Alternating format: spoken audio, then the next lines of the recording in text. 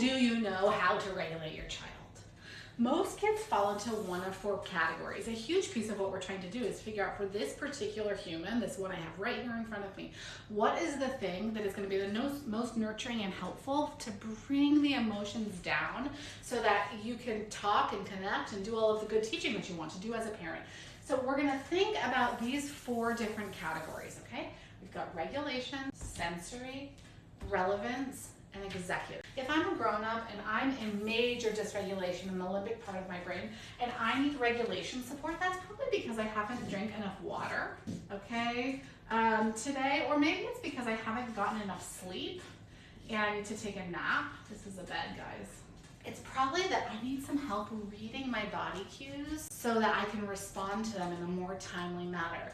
Regulation supports help children and adults know that they're hungry, tired, need to go to the bathroom, need to have a drink of water, and that is going to be the thing that helps them to get back to a place of deep regulation. Sensory supports are a little different. So if I'm an adult and I'm having a real limbic system kind of moment and I need sensory supports, I might need to put socks on if I'm walking inside so that I don't have to feel all the crumbs that my kids dropped on the floor.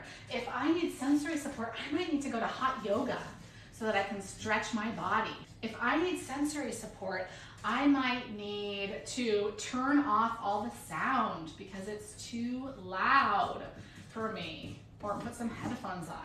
Okay, this is all about processing information from the outside world into the body. And so if your child is having a moment where they need sensory support, I want to think about reducing information that's going into you and giving you some supports to help manage that information. That could be movement, it could be something like socks or a cozy sweater, it could be headphones or reducing sound or light or number of objects.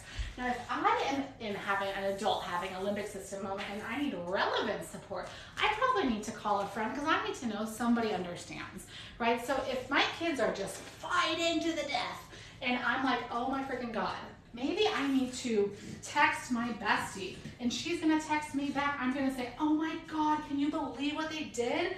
And she's gonna say something like, oh my God, I totally get it. Mine are underneath the table doing X, Y, Z right now, okay? And then I'm like, oh, I feel felt. She understands my perspective. I can carry on. If I'm a child who needs relevant support, I probably need to know, like maybe I've done something bad and I'm getting in trouble for it. I probably need to know that my parent understands why I did that thing.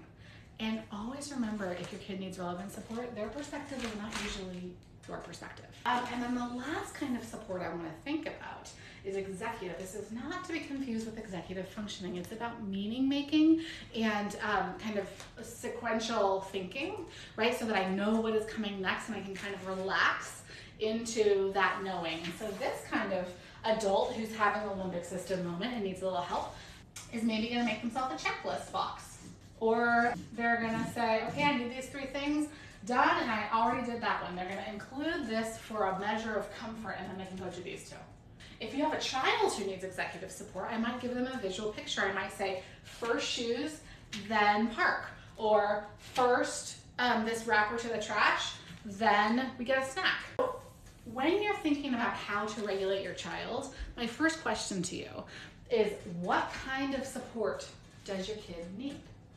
And when you can answer that, what kind of support do they need?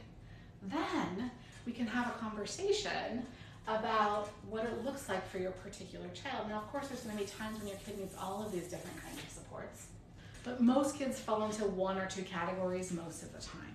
If you need more help figuring out where your kid falls and how to get them to regulate with you, DM or comment the word regulation 1 and I'll have my team reach out and send you my recent masterclass on this stuff.